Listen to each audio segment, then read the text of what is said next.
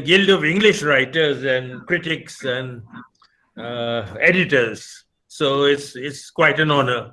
I'm sure Jaydeep Sarangi must have put in a word for me. uh, well, I'm supposed to speak on poetry for 5 minutes, if I may. Uh, well, you don't have to answer, but I'm putting a few questions. And the first question is, are poets and poetry needed in this world? We are not only in the back room, we are in the outhouse now. We are in the outhouse, and poetry can't compare with fiction, leave alone leave alone films and cricket and politics. Cricket, politics, and films are the three major concerns, or whatever you call it, the preoccupations of the Indian mind and the Indian aspiration also. People who aspire to become film, to join the IPL, or to join Bollywood, or of course to become a minister. Can poetry, third, does cater poetry, does it cater to the soul? In India, it is the Sai Babas and the Godmen and the Ram Rahims who cater to the soul. So it is not poetry which does it. Am I audible? Am I audible? Perfectly okay. Yes, sir. Fourth, can we do something to save humanity? That is, of course, does humanity want to be saved? And does it deserve to be saved? I mean, human beings must be amongst the worst living beings on the planet, aren't we? We murder our own people, we rape our own people, we torture our own people. And do you remember what Aldous Huxley said in Ape and Essence?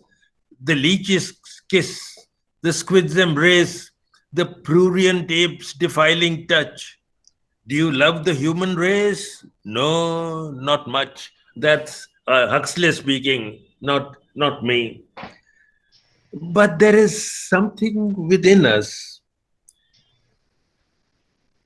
which are other human beings or other living beings ignorant of. Our consciousness of death, our consciousness of the universe we are living in. With we are the smallest, the tiniest grain of a planet somewhere. Yeah. And today, NASA has, I think, or yesterday, it has reached the Mars, and there is an Indian on it. Three cheers for the lady. So, and we know time. The other living beings don't know of time. And I'm reminded of the 19th sonnet of Shakespeare, which I am not very fond of. But since he has spoken on time, I have 4 lines copied out. Devouring time, blunt thou the lion's paws, and make the earth devour our own sweet blood. Pluck the keen teeth from the fierce tiger's jaws, and burn the long-lived phoenix in our blood. Not a, not the best of sonnets. I mean, he has first line, the lion, and the third line, there is a tiger. It looks like a wildlife film, he is scripted. I'm not happy with he would have benefited from my talk, wouldn't he have? I'm joking. We know of death and impermanence and shifting and changing life and surroundings of ours. Rilke says in a letter to a young poet, for everything our eyes rest upon will be taken away from us. Sorry, I'm rather bleak. We know of longing. be it of another person, a lost love, uh, a love for something linked with the infinite. There are some poets, especially in Indian languages, who long for the infinite. I'm not being sarcastic, I'm being genuine. A Dante or a Shakespeare is in love with the entire civilization, the human civilization, and how it has grown. So uh, they have recorded it. But it is our innerness we poets need so much. The space within us, your inner self is as much reality, has as much reality as the palpable one outside of ourselves. The outer world can't be ignored. And of course, there is the planet. There is the planet, and if you are in the hills at night, you see all the worlds in the sky in Ladakh or in some such places. And another 50 years, it'll be terrible, I think. We'll we won't see fields. We'll see just towers and pylon towers and steel girders and all. And somehow or the other, we have to make peace both with our inner selves and our outer selves, don't we? There are some demons also in both places, both on the planet and both within us. And a good poet has to placate them.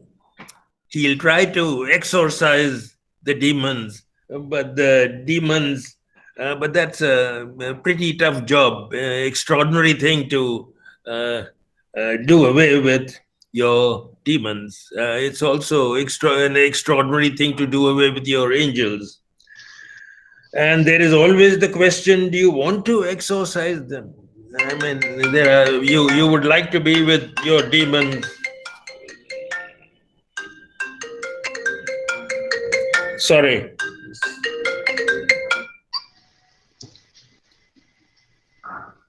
Huh. So the demons live within us. We play with them. We are frightened of them. And sometimes they are our friends. I'll talk about my own poetry for exactly 1 minute. I started because someone asked me to write a poem, Professor P. Lal, to write a book. He read some of my poems in the weekly. And what occurred to me, a poetry of events. You see, you see,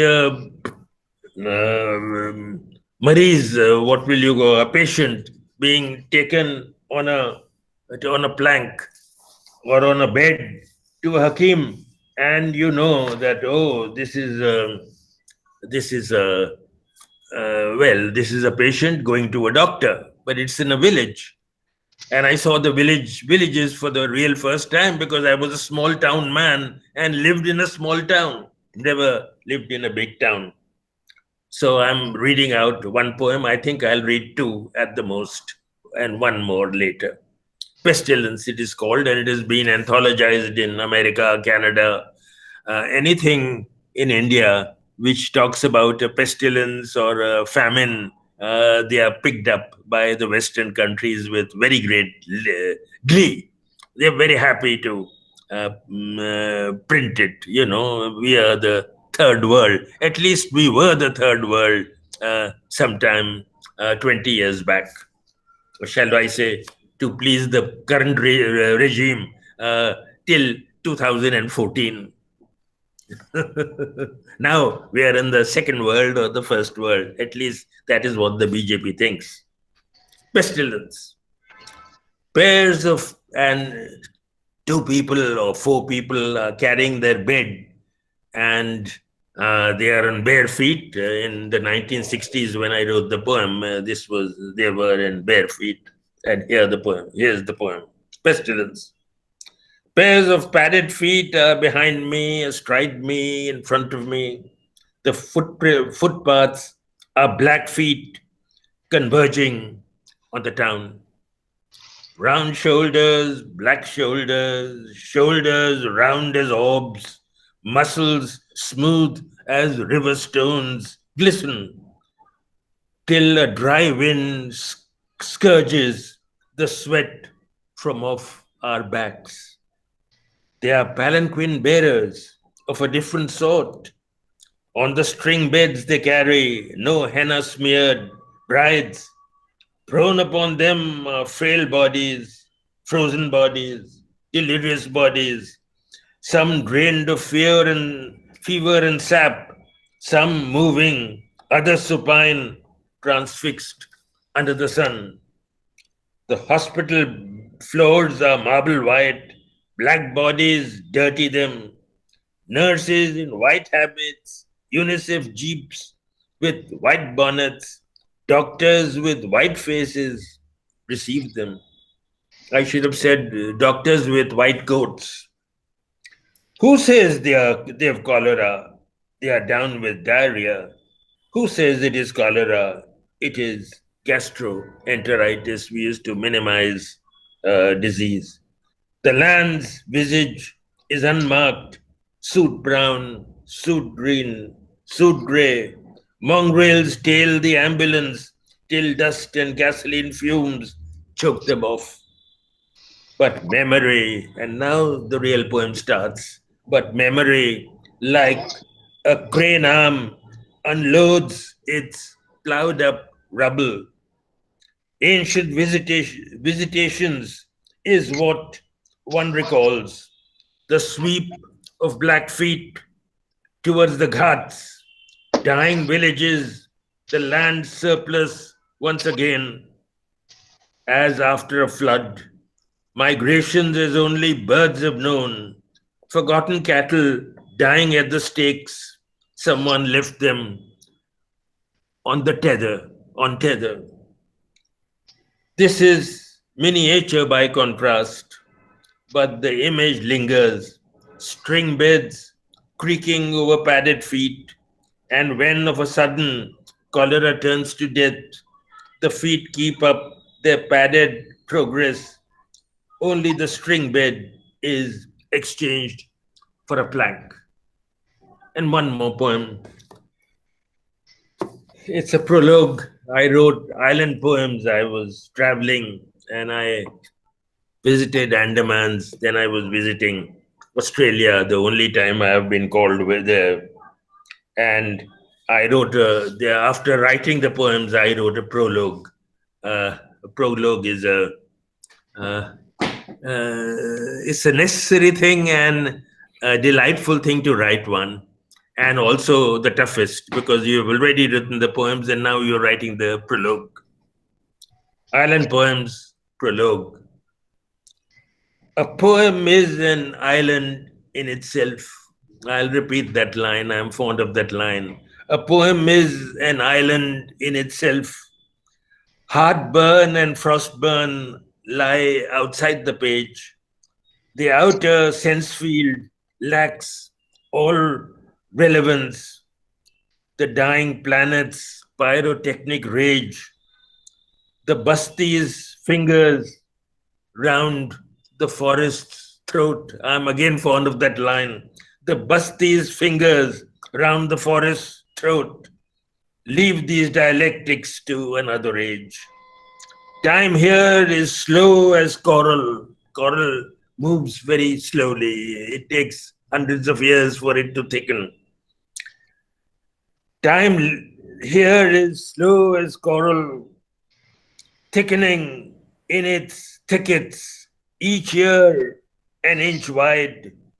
Time reduced to basics, sundown and starset, as the sea ebbs and surges and the winds ride.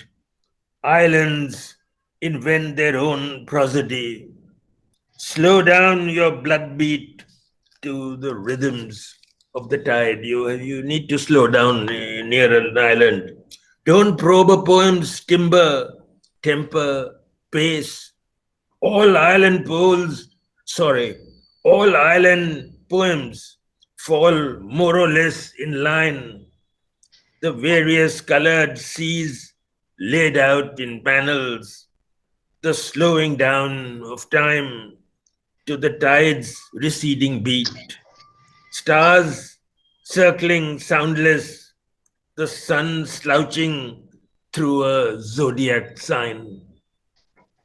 Offloaded here in time and outside time, as we know it, the islands fell in place.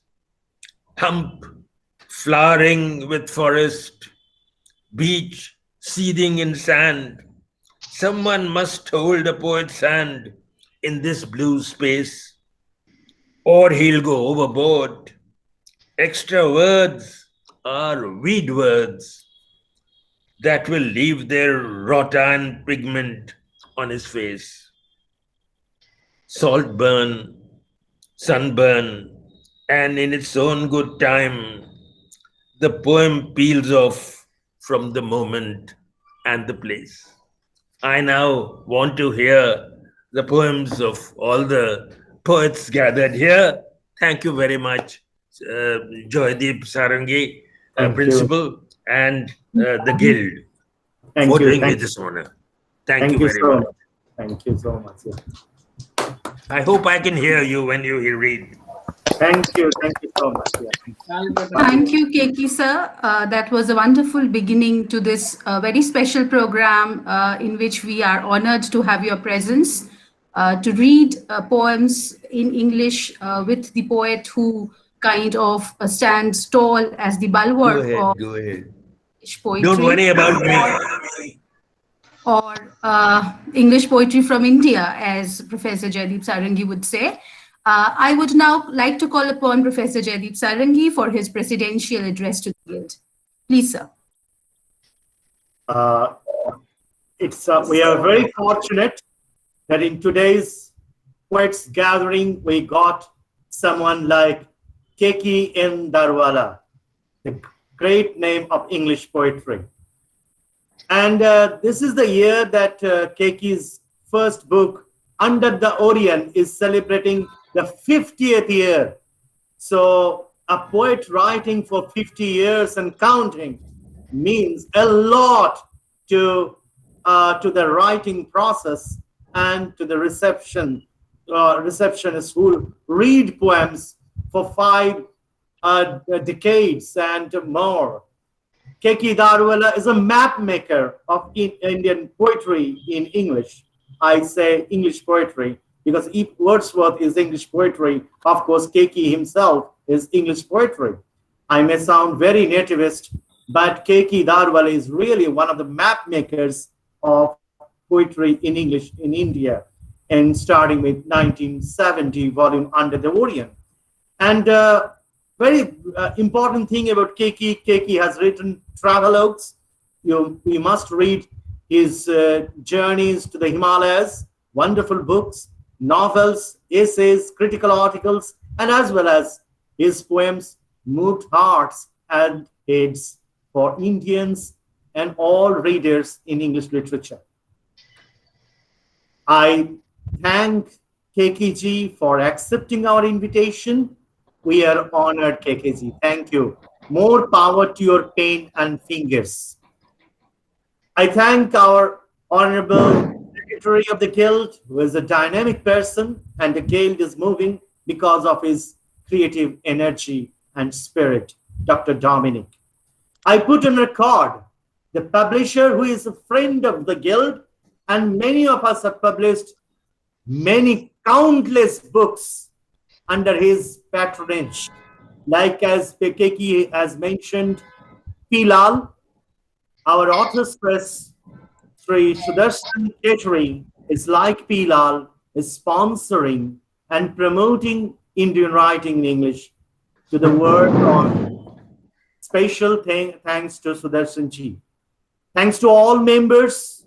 Thanks to everyone who are very senior, writing for 30 years or so, and writing poetry for 20 years, 30 years, those who are young writers, and those who have published worldwide.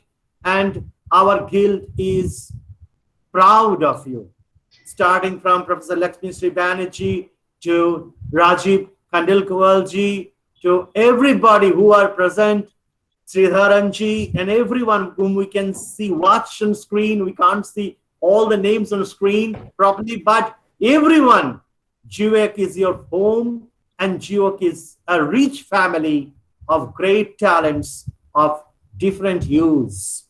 So it's a wonderful opportunity to meet together and talk about poetry. We shall be reading one poem each alphabetically, and hope our poems will enrich our values, and we'll celebrate each other's poems patiently and with fair degree of attention.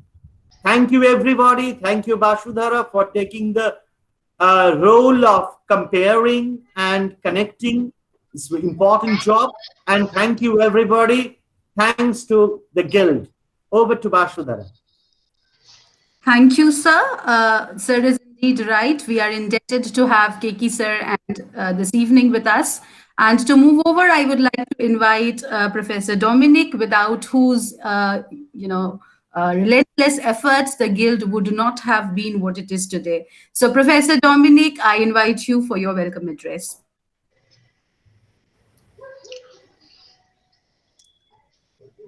Please unmute. Sir, you are on mute, sir. Unmute. Good evening to you once again. First of all, let me express my deep gratitude to esteemed Keki N Daruwalla sir for gracing this occasion with a wonderful talk on poetry. The very first question touched our minds, and we will find it very difficult to find the answer for that. And his poems were so wonderful, enlightening to our minds. So we are much grateful to you. We owe you much, dear sir, for gracing this occasion with your presence and articulation. Then now I express my deep gratitude to the president of our GIEWEC, Professor Jaideep Sarangi, who took the initiative to conduct this one. It was all his own idea. And it was his own idea that he should call one of the best poets in our country as the chief guest. And we got the best man in the country, our Keki sir. So I am much grateful to Jaideep Sarangi. He is a very energetic president who has taken charge recently. And we can expect more and more from him. And we will be able to have more and more online festivals, online meets like this year, because we are not sure when the corona will vanish from our country. Minimum 6 months we can calculate that we will be living in our own houses and have such a wonderful gathering, sir. I express my gratitude to Basudhara, who is the event manager here, who is anchoring everything. She has taken a lot of pain for conducting this in such a marvelous manner. Then I am grateful to all the esteemed poets who are present here, from Lakshmi Sri Madam to Professor Balachandran and all others. I am not going to tell each one's name. And our Sudarshanji, as our Professor Jaideep has mentioned, he is the all in all of this house. He is the great sponsor of this house. And hundreds of books are coming out from his generous publishing house. So we have got such a wonderful man, just like Bilal. We have got a wonderful man in our family. That is a great blessing. And I am grateful to all the poets assembled here. And there are other GIEWEC members also who are assembled here. There are non-members who are benefactors of us assembled here. To all of them, I express my deep gratitude. Thank you. Thank you very much. Thank you, Professor Dominic. And as we move into the evening, I would now call upon the poets one by one in alphabetical order. I will give a brief bio note for the poet, and I would invite him or her to take the dais and present their poems. So to begin with, I would like to call Anindya Mitra, who is a native of West Bengal, settled in Belgium. He's a writer and an avid traveler. He has traveled extensively in India and within Europe and has experienced many shades of life, which he has attempted to put down in his travelogues and prose poems. I would invite poet Anindya Mitra to come and present his poems. Please. Thank you, Vasudhara. First of all, my greetings to this elite group. I'm really honored to be part of this, Dominic sir, the way you introduced me to the group. I want to present a short poem which I wrote after I visited Poland in the year 2019. And why Poland? Because it's a place where which experienced one of the biggest challenges to humanity, perhaps in this history of mankind.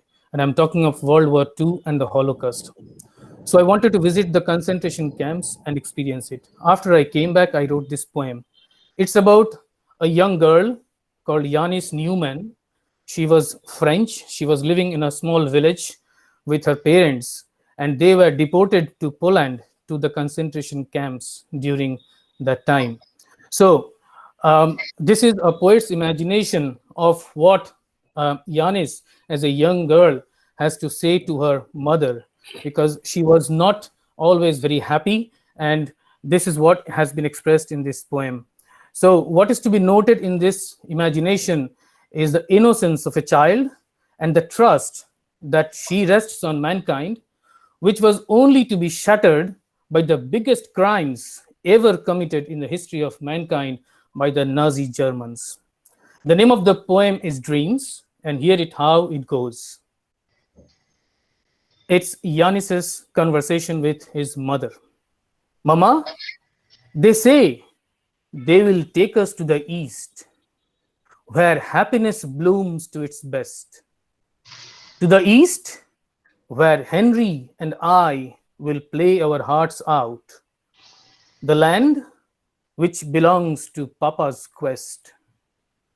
Mama, they say it is a land of freedom, where free birds we will be. Sorrows and pains will be the ones from the seldom, and joyous our lives will be. Mama, they say we will live our dreams, but I know not what it is.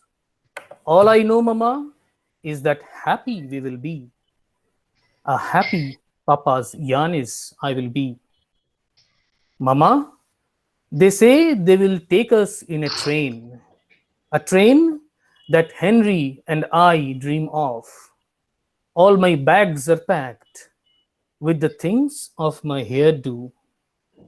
This is the Yanis that you longed for, Mama, and that Yanis I will be.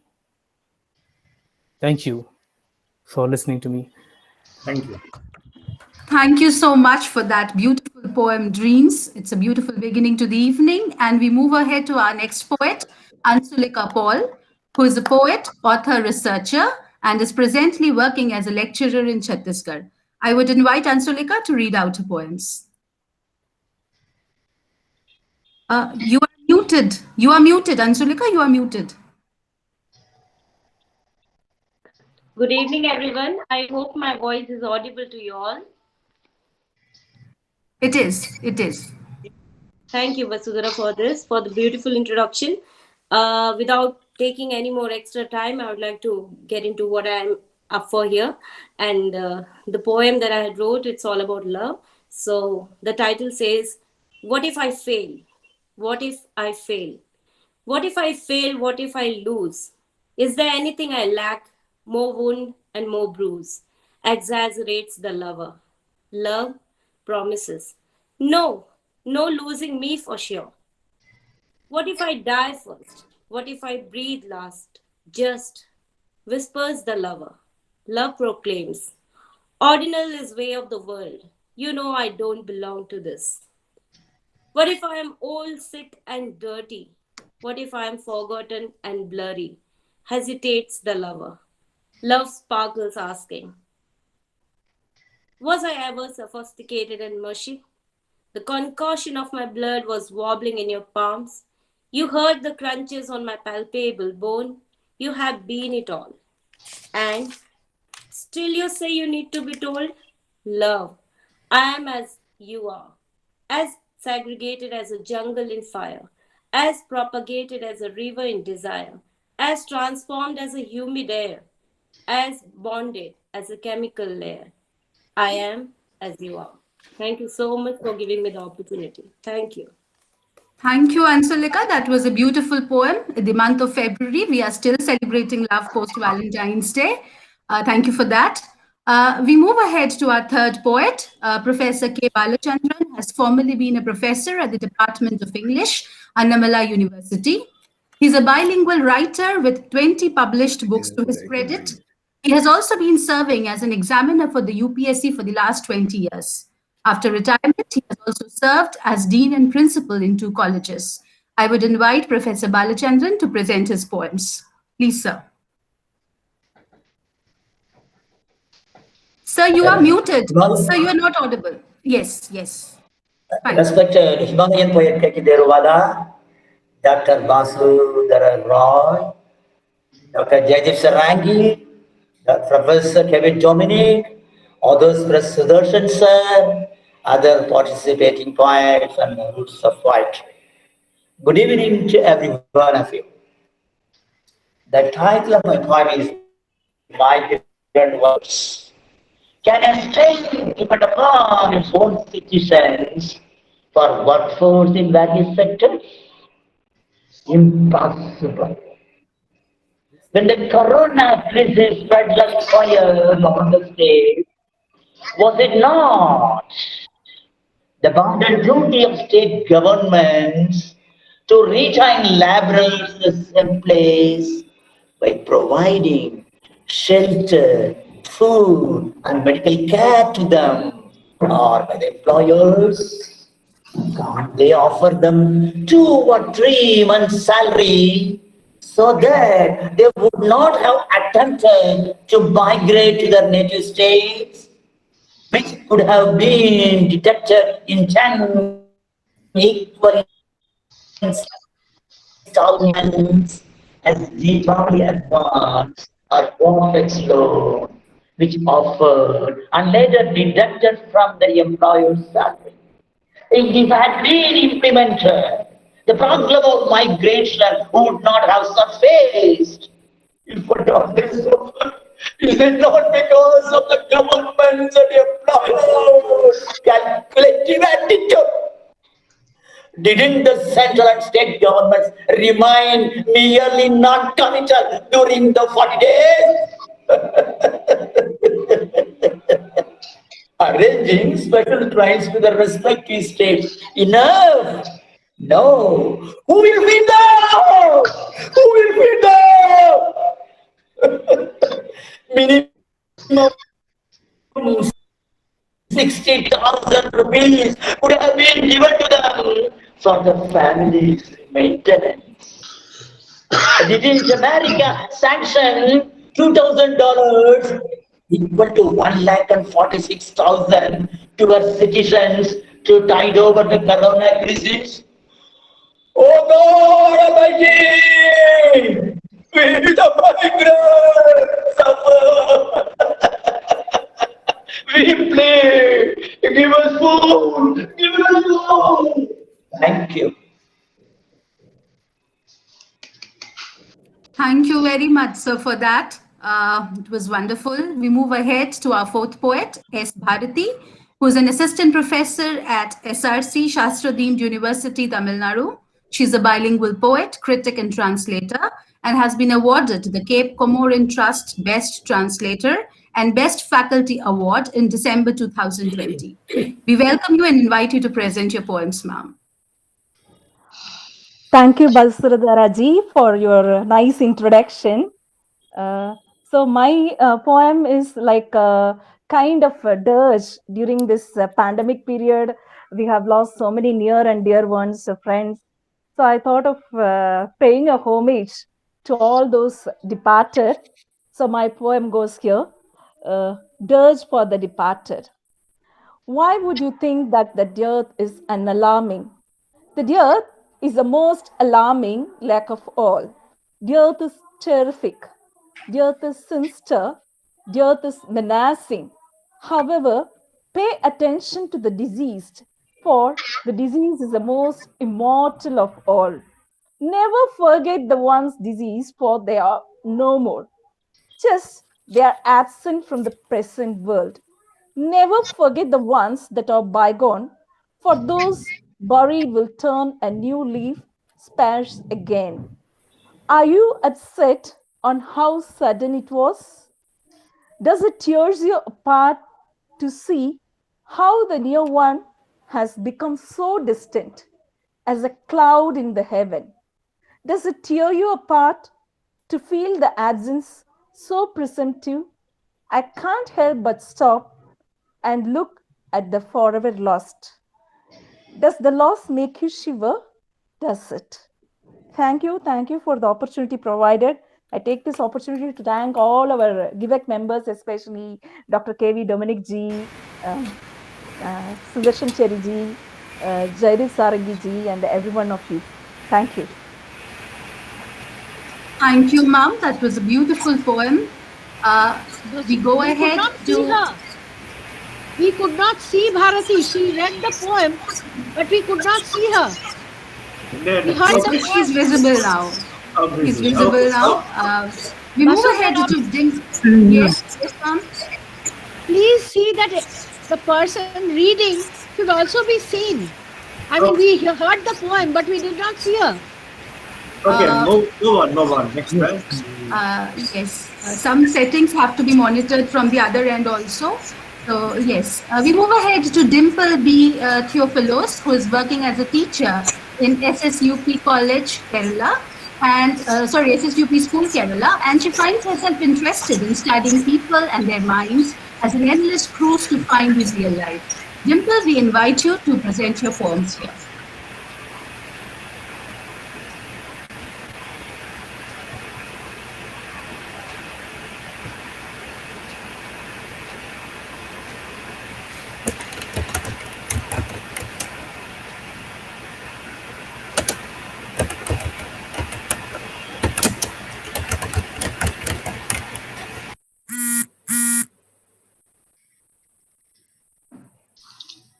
Yes, Dimple, are you there?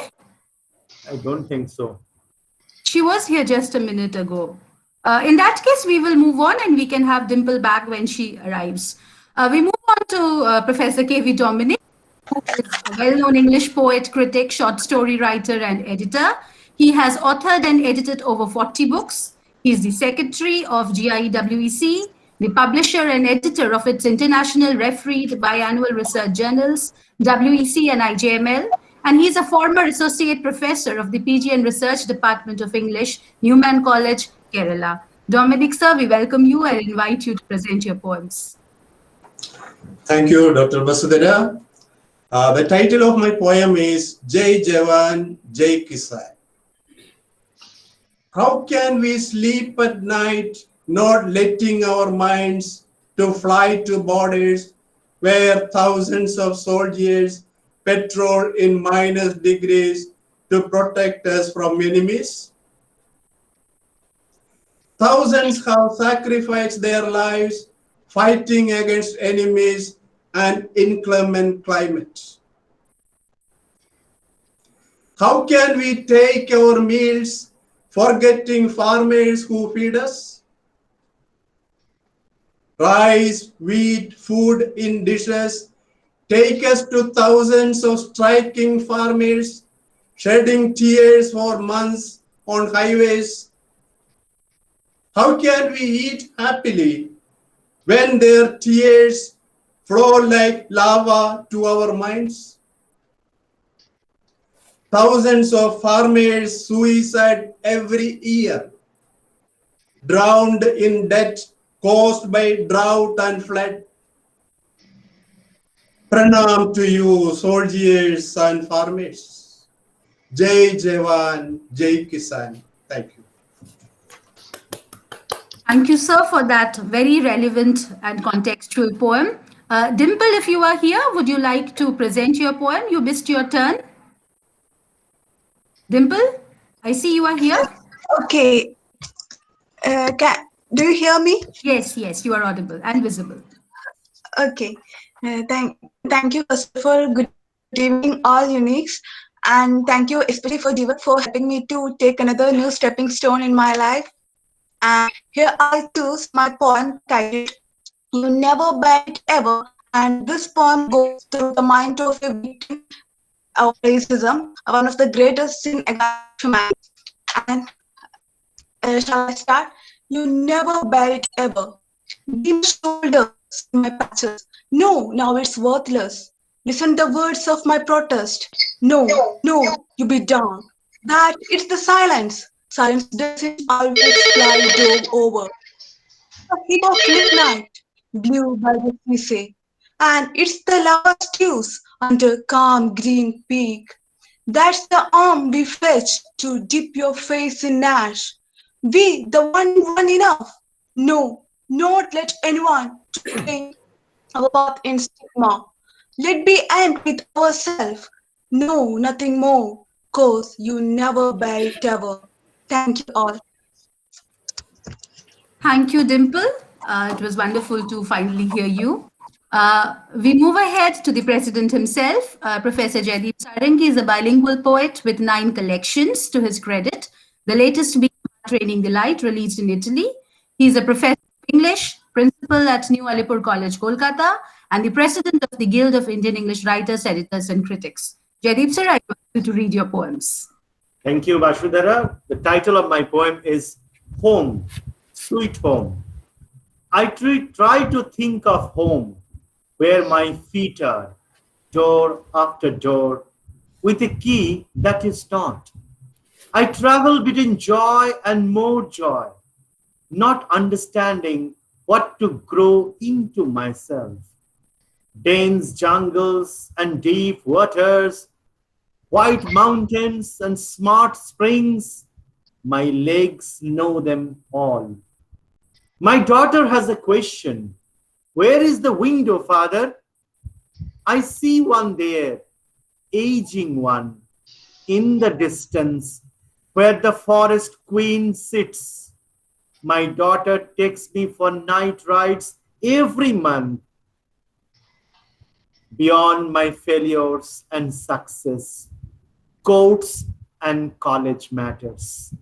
Thank you so much. Thank you for the opportunity. Thank you, sir.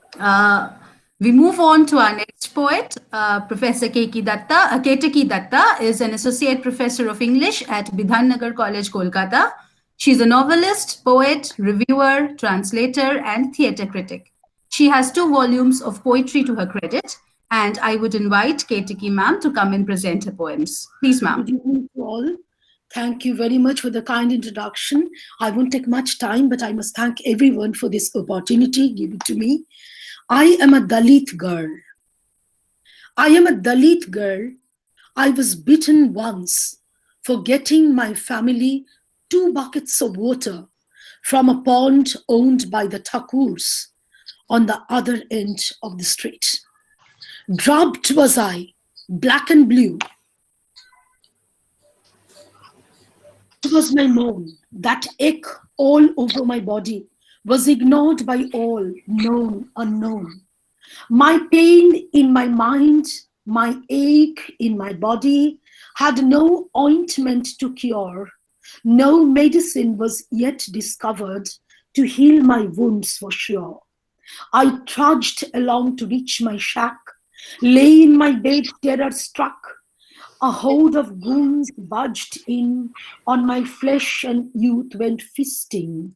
I am a Dalit girl, not meant to be touched, but to be wrecked and tested, to have my chastity outraged. I am a Dalit girl, I am just a Dalit girl. Thank you very much.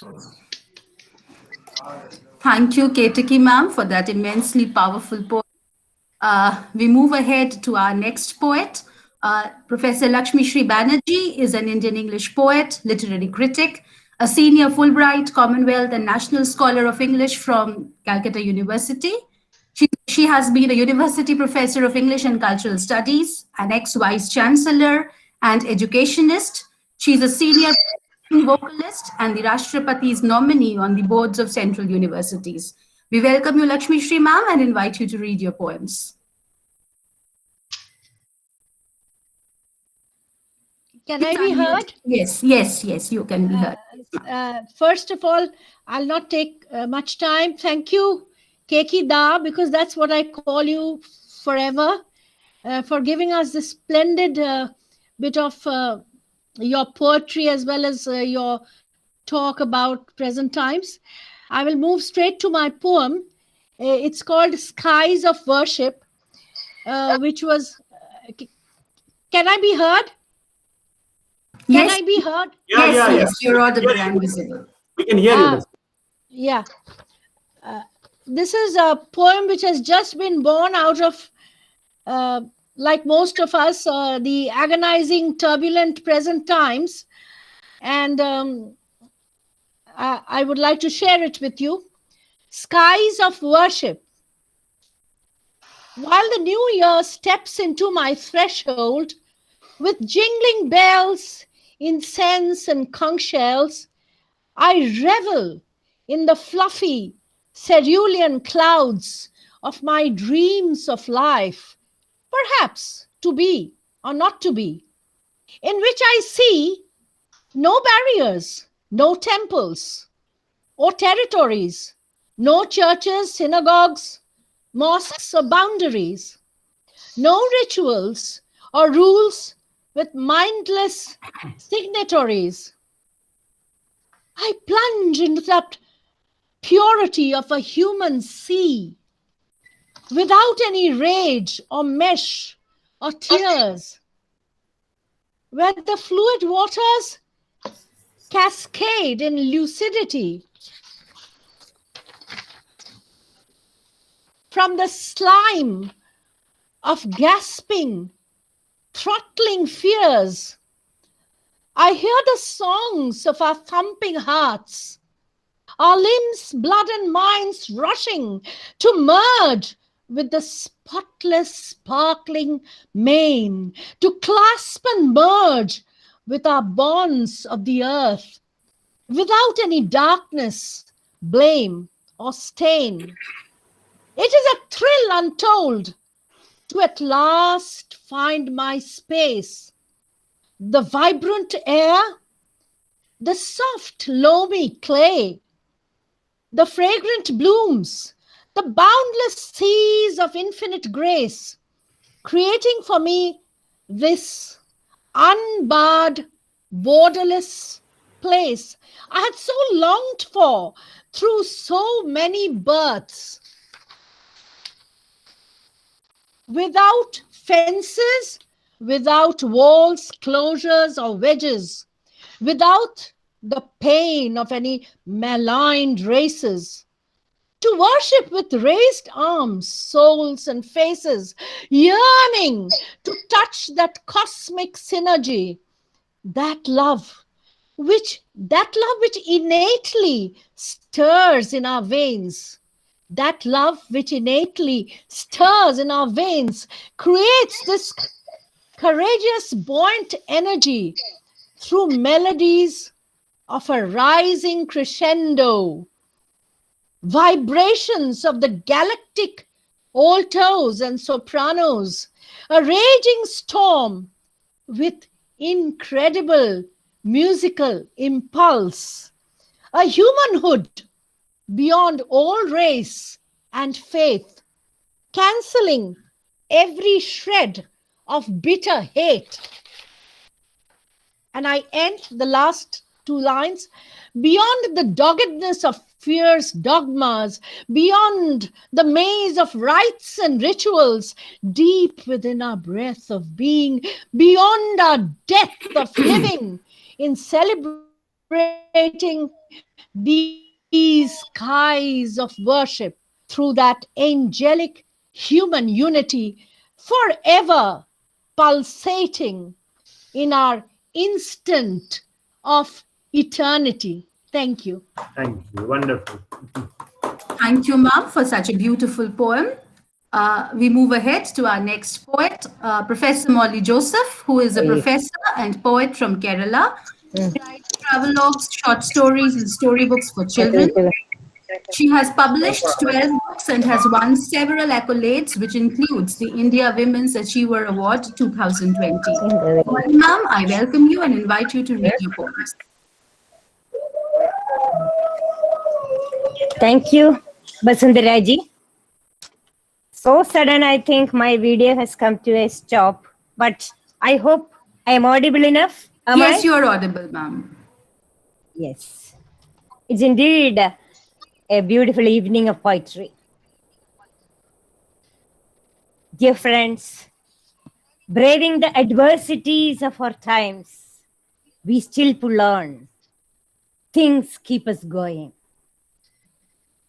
As our esteemed poet today said, sometimes we turn inwards to seek solace.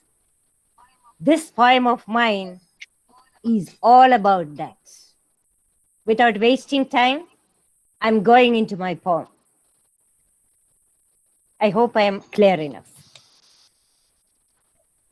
Memories, memories, the dewdrops, how you dangle on a fresh morning's blade of grass. The tender cheeks, flushing with love, dripping, swaddled by smiles of flickering, fluttering fireflies. Evanescent, yet illuminating the dreary drama of life. The thickening heat of the sun casts shadows that grow longer. A wild goose chase gives little space for memories to graze on free. But oft it falls on a moment unbidden, the smoldering embers glowing up. Ha! Memories. Without your golden touch, how will we traverse these arid plains, howling out despair, echoing in swirls? Memories do waft in winds afresh, riding through hills and dales that stretch, of faces and voices of warmth, love and care, lending solace to the speed that sits like the old phantom on our shoulders, weighing, directing our survival game. The old phantom on our shoulders, weighing, directing our survival game on shifting stores, on shifting shores, so shaky and plain. Thank you. Thank you. Thank you, Molly ma'am. That was wonderful. Our next poet is S. Padmapriya, who wrote her first English poem when she was just 7 years old. She has authored 3 poetry collections, a novel, and a collection of short stories. Padmapriya, we welcome you and we invite you to read your poems. Greetings to all the distinguished personalities assembled here. The title of my poem is Let Us Die, But Only Once. Let us die, but only once. The freedom of expression must be our preeminent aspiration. Let opinions differ, but let truth and justice prevail. Let us be full of munificence, non-violence and benevolence. Let not our helplessness and constraint keep us in permanent change. Let us bid farewell, our duties accomplished well. Let us voice our opinions in spite of insidious unions. Let not evil throttle goodness and humanity immortal. Compassion is the greatest religion. nothing to fear without reason. Let not good forces fear, let us throw evil out of gear. Let not fear make us die or obscurity. Let not insidiousness of fear, let not troubles or opponents, obstacles and debacles, sufferings and sorrows make us do the disagreeable. Let us die, but only once. Thank you. Thank you for such an inspiring poem. We move ahead to Poonam Nigam Sahai, who is a bilingual poet, writer, editor, critic, and an associate professor in English at Ranchi University. She has published research articles nationally and internationally and has supervised many doctoral candidates. Poonam ma'am, we welcome you and we invite you to present your poems. You are muted. Poonam ma'am, you are muted. Yeah, wonderful, Vasudhara, to be hosted by you. It's lovely. So here's my poem without any delay. It's Love's Magic. This luminous, breezy full moon night, with shiny stars spread across the dark sky, makes me dreamy and romantic, spurring my imagination to fly high. My eyes anointed with the ecstasy of the eternal, exquisite elixir.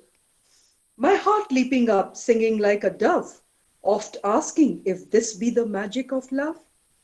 In that heady state I travelled, but even then stopped to wonder how to make my experience more expansive, avoiding any blunder. Came a wild thought suddenly, should love only be for self-enjoyment, temporary and fleeting in its nature? Shouldn't I try to make it more permanent, a fountain of everlasting treasure?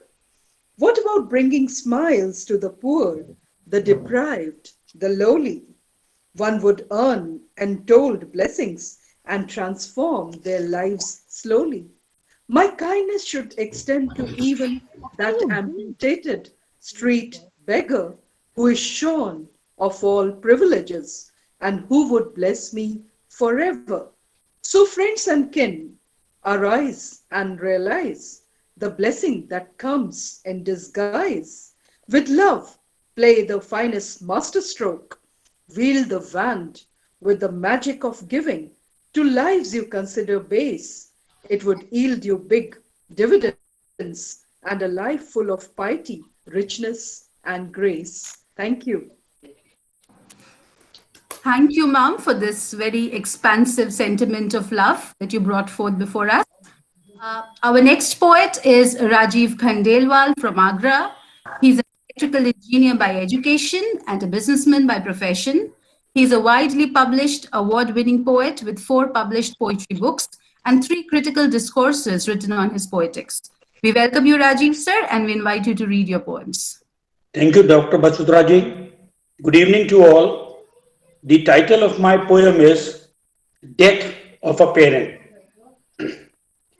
The WhatsApp call from the neighbor informed the death of father. Before I could absorb, involuntary reflex impulse wished father should have postponed dying, provided at least a 6 months extension. For being in a new country with a new job, survival is not easy. On top of it, COVID restricts intercontinental movements due quarantine rules. Micro moments later, the gloom of shock, numbness, denial, sadness, despair engulfed. And I lived the loss felt by a paralytic who literally has his body, yet nothing. The untamed grief longed for the sea. Thank you. Thank you, sir, for this very moving poem. We move ahead to Sangeeta Mahesh, who writes poetry in Hindi and English. She is a critic and assistant professor of English at MIT Group of Institutions, Moradabad, Uttar Pradesh. She has to her credit her maiden poetry collection, Oceans of Thoughts, poems about social issues and human values, and she is the review editor of WEC. Thank you, ma'am. We welcome you and we invite you to present your poems before us. Thank you, Vasundhara ji, for the nice introduction. And thanks, Dominic sir and all, for giving me this opportunity. And today I am going to read the poem, An Elegy on the Death of Humanity. The poem highlights the exploitation of women and inhuman attitude of society towards them.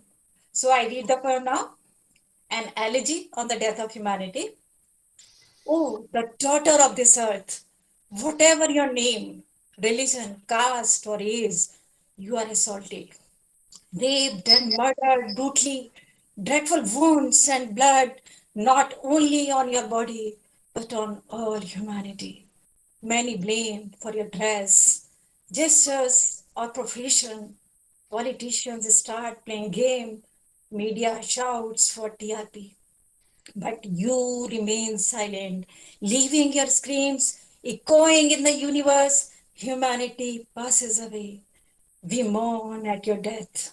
How long would this go on? Would you accept it as women's destiny? Or would you start wearing weapons like Goddess Kali and Durga to destroy the devils and protect yourself and humanity? Thank you. Thank you. Thank you, ma'am. Very needed poem in today's times. Our next poet is Shibashish Jana, who is an assistant professor at English, Panchkura College, Midnapur. He is a poet and critic with many books to his credit, and we invite him to share his poems with us this evening. Please, sir. Thank you, Vasundhara ma'am, and thank you to our GIEWEC family. I'm going to recite my poem, If I Were a Kite. That's poem while I was just flying kite in the sky. So I felt while the sky in the sky, the kite, how the kite is flying in the upper region, and after that how it connects. So that feeling have come upon me, and after that I wrote this poem. So if I were a kite. So the name of my poem is If I Were a Kite. If I were a kite, I would float and run into the infinite Akash Ganga. I would sing the songs of fairy stars and solar families, their births, marriages, and unifications. My body, like the harp, would ring with the rhythms of gentle, breezy songs. From the deep blue ocean sky, I would envision the earth's tonal chords work with palpable threads of gravitations. I would arise and awake, ascend and descend, enjoying the bliss of earthly paradise and heavenly freedoms. I would send the messages of earthly devotees to gods above to wipe out the miseries of mankind. I would connect the body with the mind through the heavenly doors of spiritual Om Opera House, through the ethereal web of Ida, Pingala, Sushumna. I pass my breathings from Muladhar to Sadhistan, from Manipur to Sahasradhar. I vibrate the cosmic consciousness to achieve the spirit of astral freedom and self-realization, spreading the seeds of Satyam, Shivam, Sundaram. Thank you all. Thank you for that beautiful visual of a kite's flight.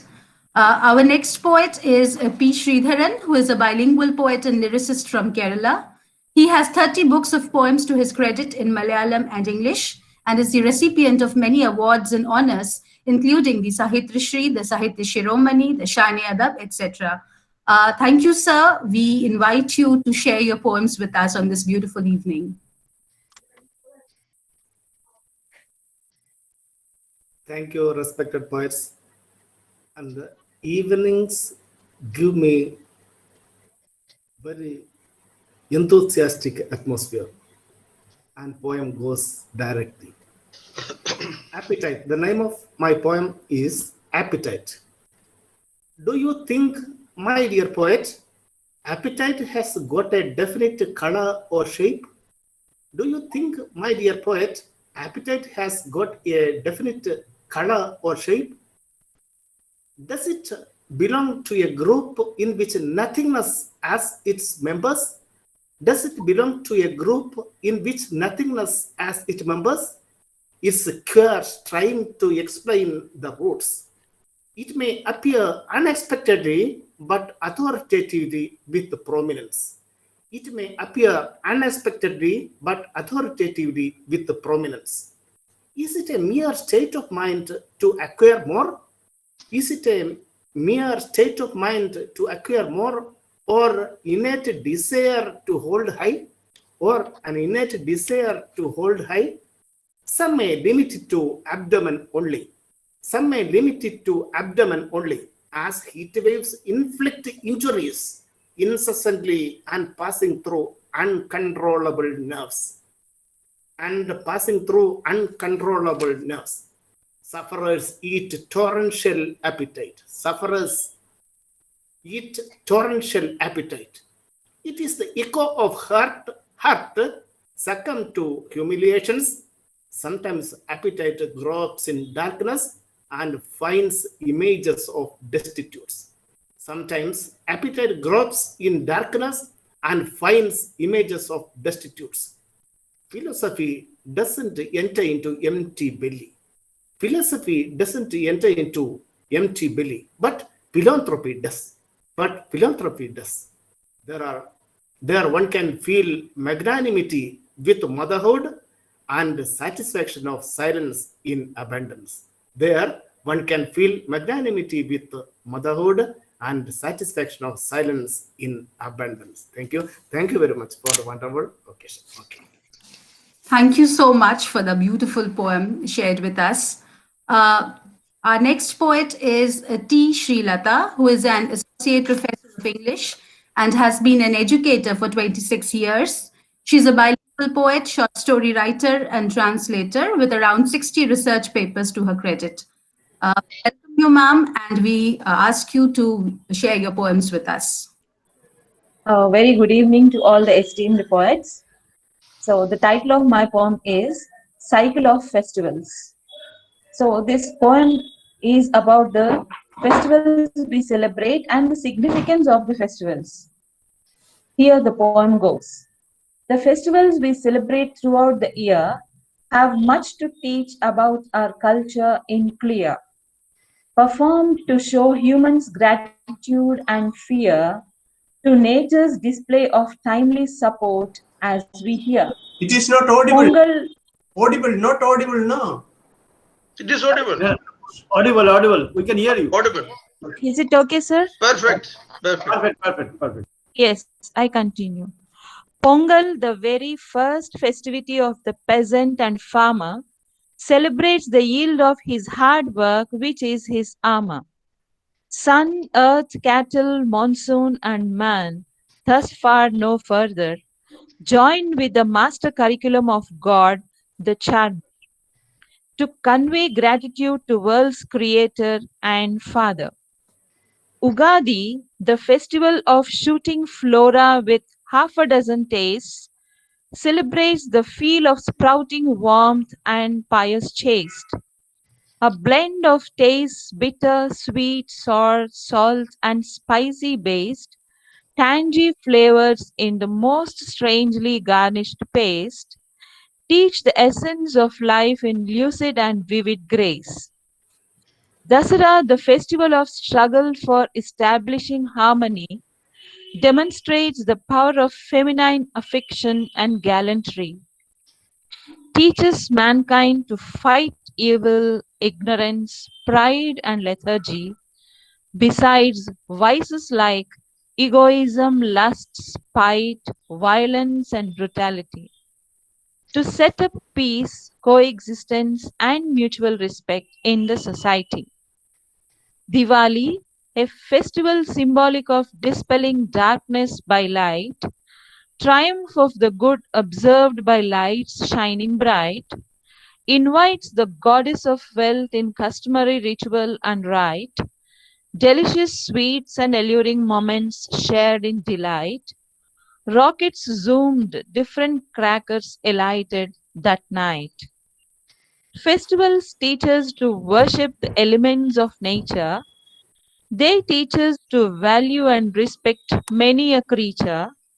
They bring the Almighty and nature to equal stature and contribute to man's safest survival in future. Thank you very much for your patient hearing. Thank you, ma'am. That was a wonderful poem. Our Thank you, next is Sudarshan K. Cherry, who is the CEO of Authors Press, the publisher of scholarly and creative books, which through his efforts has reached an extensive range of 170 countries now. A reticent professional, he has published writers from all over the world and is an ardent believer of evolve and emerge for universal oneness. Thank you for your presence here this evening, sir, and we invite you to share your poems with us. Am I audible? You are. You are. Okay. So, respected Keki N Daruwalla ji, sir, you are released many of our books as chief guests, and we were together in Caligality Festival. And my respected brothers, professor brothers, fortunately both are taking a key role as president as well as a secretary since the inception of GIEWEC. And I am also with you in the flowing nature. And Professor Molima, Professor Balachandranji, and Professor Lashmi Sri Banerjee, and not only that, Basundhara Roy ji, the coordinator for the Digicentric fraternity, which should be expressed very frequently because her support is unimaginable. So now I'm coming to poem. Unfortunately, I'm not a poet. I'm a poipro conveyor. Poipro. What is poipro? I have to narrate because Professor K.V. Dominci conveyed me certain thing is not accustomed with the people which you are coinage. What is poipro? Either it's a poem nor a prose. So I have to make my own genre because I have to depend on Lord Google because the connectivity is continuously flowing. I have to start from physics-centric to phonocentric to scriptocentrically driven poetry and poets, which I have to go further. That is what is not new genre, an evolving genre, which is poipro. In that way, no one can get it is a poetry or even a prose. I have to be among you. So now this is actually digicentric ways of this heading, and billions globally tossed into the verbs timelessness, buying, selling, consuming, campaigning, researching, clubbing, sharing. But how few bother to utter a prayer in thanksgiving in a word of gratitude. Oh, decentrically blossoming, nurturing, flourishing, consistently, incessantly into supreme being. Thank you.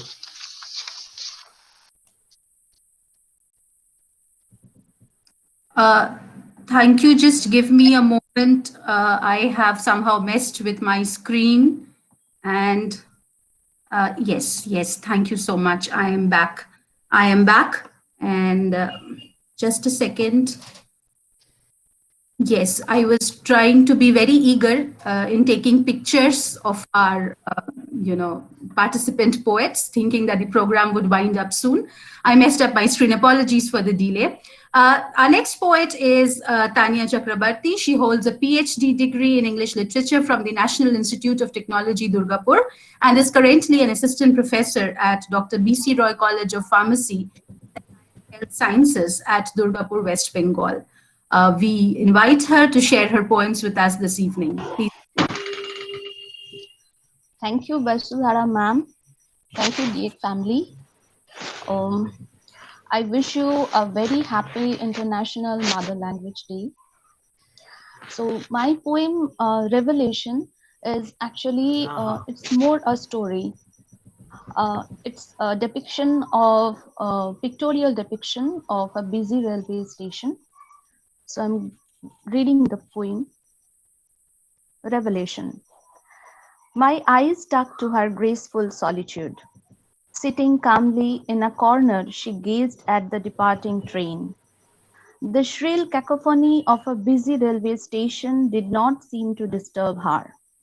Neither had she seemed perturbed by the continuous drizzle. I remained looking perpetually. Old though she was, not ailing. Beggar she must be, but a dignified beggar indeed, for I did not see her stretch her arms for alms even for once. Something within me made me approach towards her unconsciously. I extended my arms to help her with some money. She placed her eyes on me, perplexed. I am not a beggar, was that before, used to ask for more and more. But I have forsaken that life. What can you give me, son? Standing in the queue for beggars yourself? We all are beggars within. Only the demands differ, not the purpose. So don't bother. Content yourself first. A beggar should not feel pity for another. Shocked, I returned. Was it a reverie, self-realization, an epiphany? I looked for the answer till date. Thank you, ma'am. Thank you, ma'am. I take this opportunity to thank both Sudarshan K. Chetty sir and Tanya ma'am for their beautiful poems. I missed thanking Sudarshan sir earlier. And call upon our last poet for the evening, who is Vijay Kumar Roy. He's the author of Realm of Beauty and Truth, a collection of poems in English, and Premanjali, a collection of poems in Hindi. He's the editor-in-chief of Ars Artium and Akshara, and is working as assistant professor of English at MSM College, Bijnor, UP. Sir, we invite you to share your poems with us this evening, please. Sir, you are muted. Sir, you will have to unmute yourself.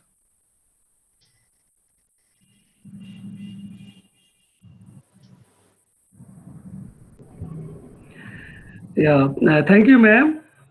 Yeah. Good evening, everyone.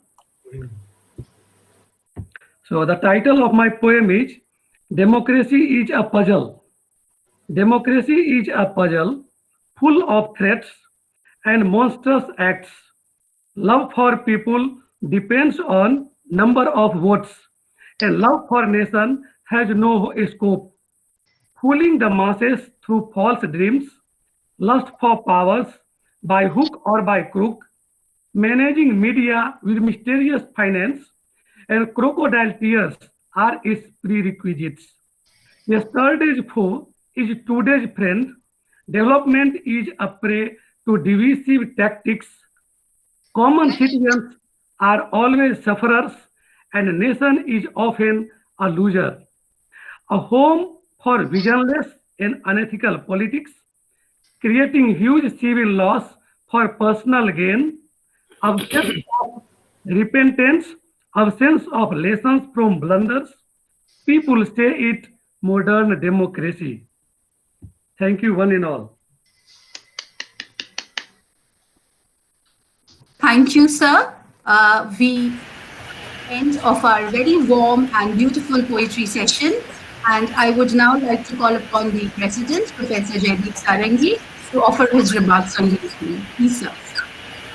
I think thank you for all GIEWEC poets, all very powerful poems, and it's so varied and unique, and it only proves the strength of GIEWEC fraternity. And we are really honored that Keki Daruwalla graced the occasion, and he was the inaugurator, and we remain grateful to him.